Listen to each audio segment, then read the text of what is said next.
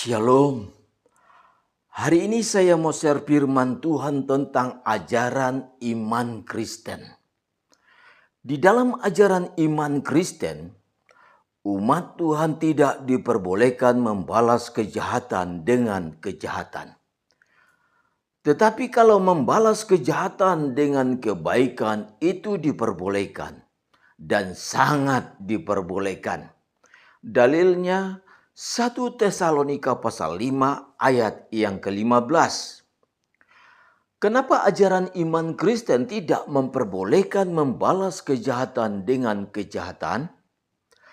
Alasan yang pertama adalah karena Tuhan tidak pernah memberikan hak kepada umatnya untuk membalas. Karena hak pembalasan itu adalah haknya Tuhan nanti pada hari penghakiman. Dalilnya Ibrani pasal 10 ayat yang ke-30. Dan kalau umat Tuhan melanggar firman Tuhan ini sudah pasti rugi sekali. Alasan kedua kenapa ajaran iman Kristen tidak memperbolehkan membalas kejahatan dengan kejahatan. Karena ajaran iman Kristen itu adalah kasih, bukan kekerasan. Jadi kalau ada orang yang berbuat jahat kepada umat Tuhan, kita tidak diperbolehkan membalas dengan kejahatan.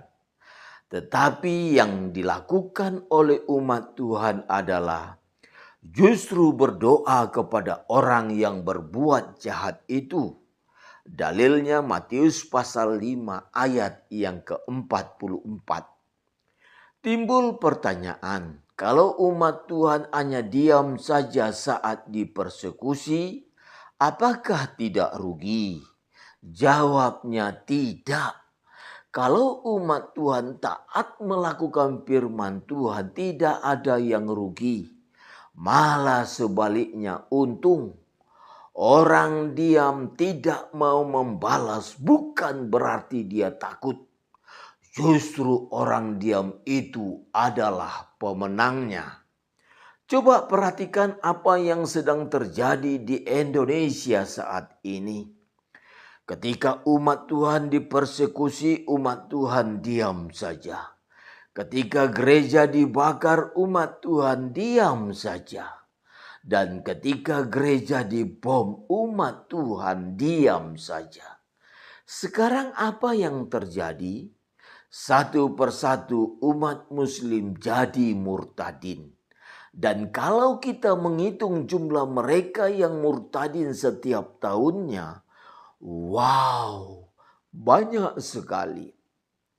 Kenapa ini bisa terjadi? Karena pada umumnya manusia itu tidak suka dengan kekerasan.